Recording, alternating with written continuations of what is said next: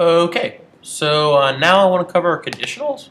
Conditionals are really cool. They let you do different things depending on different data. So let's go ahead and let's go back a couple. We'll go back from print scandal to print person. So let me redo this. Okay. So I've got print person in all these places. So we've got some people. Some of these people are kids, and this person's like a teenager. So let's go ahead and I feel like one of those things that you want to do is be able to say like, can somebody drive or not? Like that's a big deal. So what we're going to want to do is we're going to say one message if they're a kid. Actually, at this point, we never introduced comments. So let's go ahead and introduce comments. Comments are just a way to show what your code's doing without, like, they don't affect execution at all. So it's just a place to make notes. So the comment character in Ruby is at the hash sign. So I can just, any line that I start with this is a comment. So I can just put whatever I want here. So I can say, this is going to be, I use comments a lot when I'm planning stuff. So I'll say this is the message for people under 16.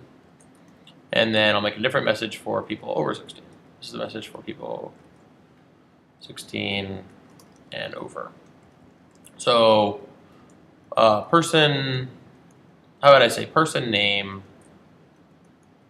can drive.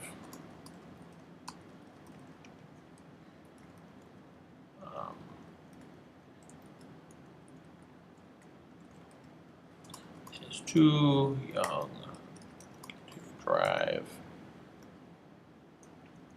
We can even do something cool here. We can say they must wait years. All right, so we're going to say in this interpolation, we can really do whatever we want here. So we can say their age, so it's got to be 16 minus their age. Okay, so now the critical thing, we've got most of this program already figured out. So we've got a comment here that's saying this is for people that are under 16. There's a comment here that says this is for people that are over 16, and then all we have to do is we have to just kind of decide conditionally which way should it go. And we do it with if. So we say if person of age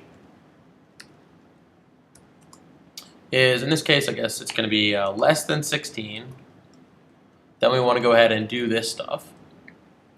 Else, we want to do this stuff, and then end. So all of this stuff is pretty important. So if, end, the else here is, you don't need it. You can just have an if and an end. That happens all the time. So we'll just say, this is a totally valid statement. So if, why do we want to do it? What do we want to evaluate? But if we put the else in, then it does kind of make it more interesting. So it says, if they're less than 16, then do this. And if they're not, then do that. So there's if and else. So if we go ahead and we run this now, we say Jeff is too young to drive. He has to wait 6 years because they're 10. Lisa's too young. He has to wait 4 years. Tiff can drive. So those are conditionals. If we wanted to really kind of break this down even more, suppose we said, if we want to say, okay, what if we wanted to break it down so that, like, if they're 10 or younger, have a really especially whiny message.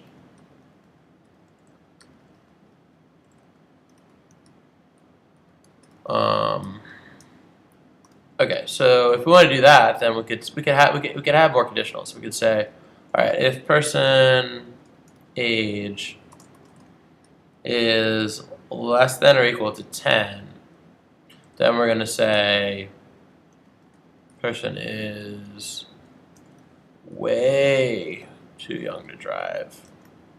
Don't even bother printing that up.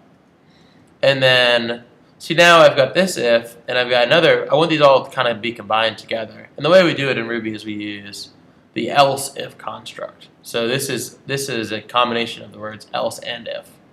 And so this statement goes if this is true. This one goes if the following, if they're still less than 16. And in the final case, if they're greater than or equal to 16, then you'll get the can drive message. So now this should change the behavior just a bit. So Jeff is way too young to drive. Lisa is too young to drive. She must wait 4 years. And Tiff can drive.